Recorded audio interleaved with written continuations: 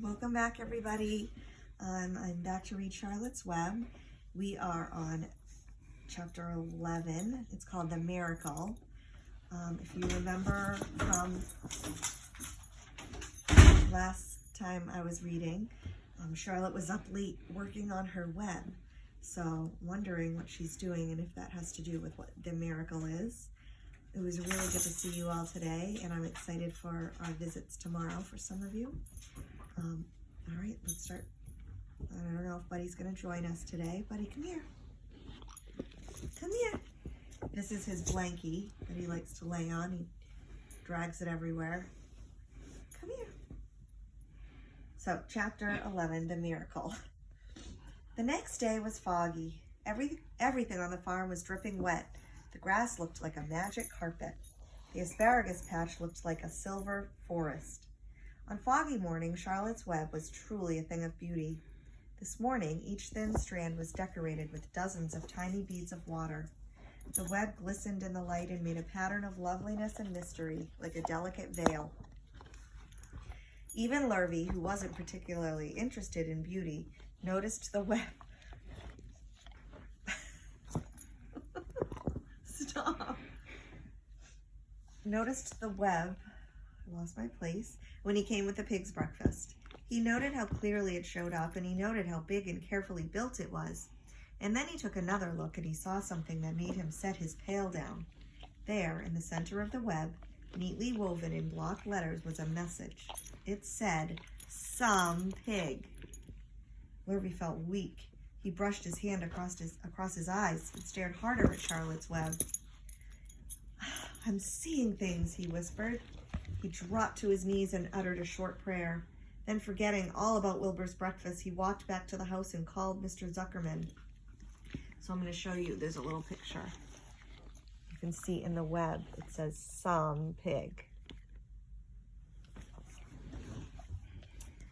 "I think you'd better come down to the pig pen," he said. "What's the trouble?" asked Mr. Zuckerman. "Anything wrong with the pig?"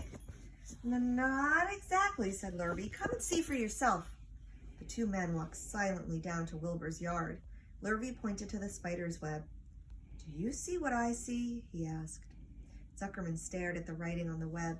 Then he murmured the words, "Some pig." Then he looked at Lurvy.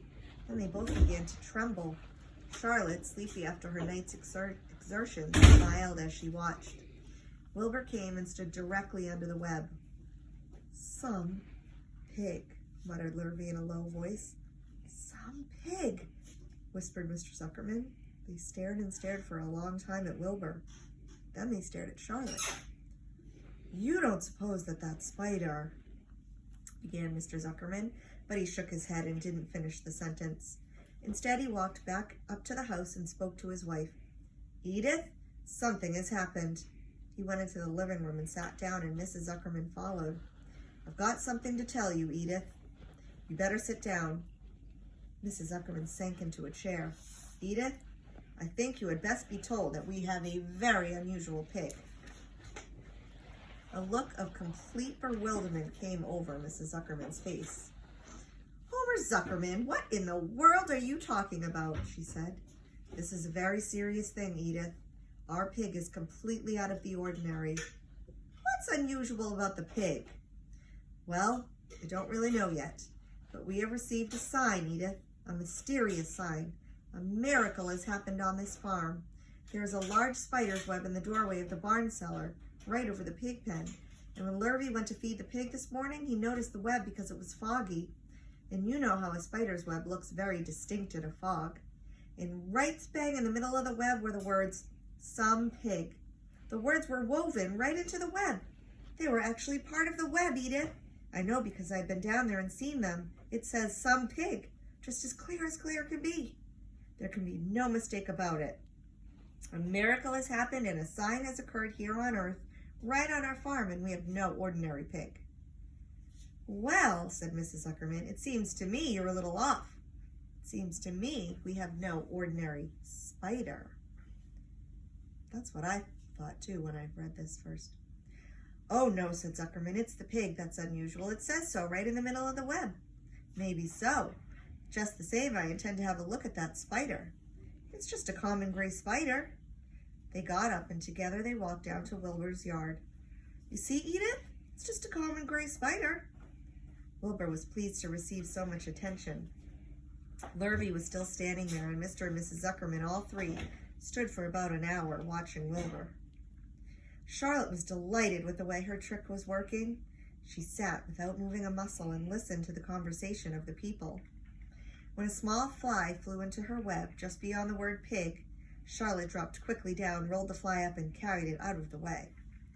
After a while, the fog lifted, the web dried off, and the words didn't show up so plainly. The Zuckermans and Lurvy walked back to the house. Just before they left the pig pen, Mr. Zuckerman took one last look at Wilbur. You know, he said, I've thought all along that pig of ours was an extra good one. He's a solid pig. That pig is as solid as they come. You notice how solid he is around the shoulders, Lurvy? Sure I do. I've always noticed that pig. He's quite a pig. He's long and he's smooth. That's right. He's as smooth as they come. He's some pig. When Mr. Zuckerman got back to the house, he took off his work clothes and put on his best suit. Then he got into his car and drove to the minister's house. He stayed for an hour and explained to the minister that a miracle had happened on the farm. So far, said Zuckerman, only 4 people on earth know about this miracle. Myself, my wife Edith, my hired man Lurvy, and you. Don't tell anybody else. We don't know what it means yet. But perhaps if I give thought to it, I can explain it next Sunday. By the way, does this pig have a name? Why, yes, my little niece calls him Wilbur. She raised the pig on a bottle, and I bought him from her when he was a month old. Secrets are hard to keep. Long before Sunday came, the news spread all over the county. Everybody knew that a sign had appeared in a spider's web on the Zuckerman place. Everybody knew that the Zuckermans had a wondrous pig. People came from miles around to look at Wilbur and to read the words on Charlotte's web. The Zuckermans' driveway was full of cars and trucks, from morning till night. Fords and Chevys and Buick Roadmasters and GMC pickups and Plymouths and Studebakers and Oldsmobiles with rocket engines and Jeep station wagons. The news of the wonderful pig spread clear up into the hills.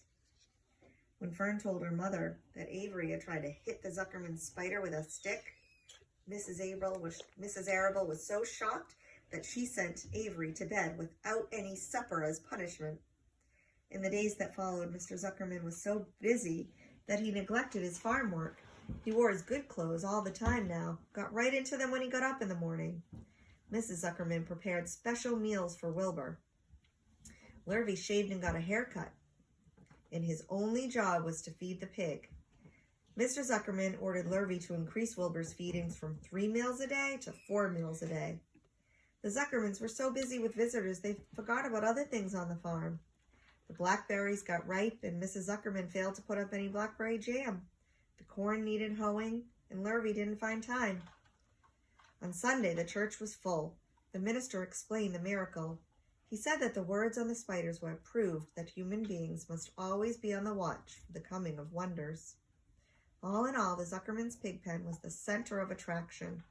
Fern was happy, for she felt that Charlotte's trick was working and that Wilbur's life would be saved. But she found that the barn was not nearly as pleasant. Too many people. She liked it better when she could be all alone with her friends, the animals. And that is the end of chapter 11, The Miracle. Our next chapter is called The Meeting, and I will record that tomorrow night so you can listen to it over the weekend. I will see you all very soon. Love and miss you. Did I put him to sleep? He was